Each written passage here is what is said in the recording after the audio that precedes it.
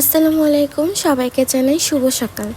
সকাল সকাল ঘুম থেকে উঠে আমি কোকোলা নুডলস নিয়ে নিলাম। নর্মালি আমি ম্যাগি নুডলস খেতে খুবই পছন্দ করি, কিন্তু যেহেতু এখন কোকোলা নুডলস আছে, কোকোলা নুডলস আবার আম্মু ভালো খায়, তো এখন আমি নুডলস রান্না করে নিব।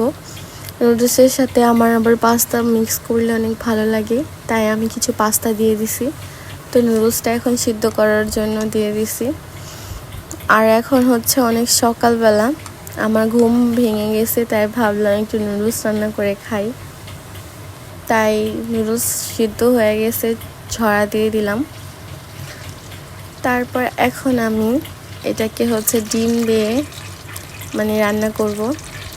আমি আবার এক্সট্রা মশলাও এনে নিছি। নুডলসের সাথে মশলা থাকে, আবার এক্সট্রা মশলাও দিব, তাহলে একটু বেশি ভালো লাগে। তো আমি পেঁয়াজ দিয়ে দিলাম। পেঁয়াজটা আমি লাল করে নিব, কিন্তু আমি আসলে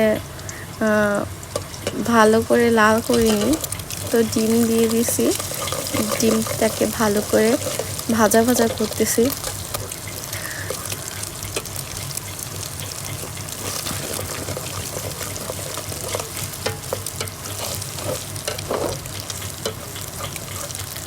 এক পাশে জাল একটু বেশি হয়েছে, তাই একটু পুড়ে পুড়ে গেছিলো, যেহেতু এক হাত দিয়ে মোবাইল ধরে আসছি।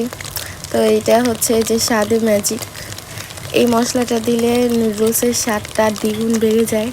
তাই আমি সবসময় নুডলস রান্না করলে 3-4টা এই মশলা আমি দিয়ে থাকি। তো নুডলসের সাথে যে মশলা, আমি একে একে ওই মশলাগুলো দিয়ে নিব। নুডলসের মশলা বেশি হলে আর কি খেতেও ভারী মজা হয়। আমি এমনিতে নর্মালি মাংস, তারপর চিংড়ি মাছ, এভাবে এইগুলো দিয়ে হচ্ছে নুডলস খেতে পছন্দ করি। যেহেতু অনেক সকাল, তাই আমি ডিম দিয়ে রান্না করতেছি, এটাও খুব ভালো লাগে। বেশিরভাগ ডিম দিয়েই খাওয়া হয়। তো এখানে দেখছেন মশলাটা একদম হয়ে গেছে, তো আমি নুডলস দিয়ে নিব। নুডলসটা দিয়ে নিছি, এখন ভালো করে নাড়াচাড়া করব। তারপর নুডলস রেডি।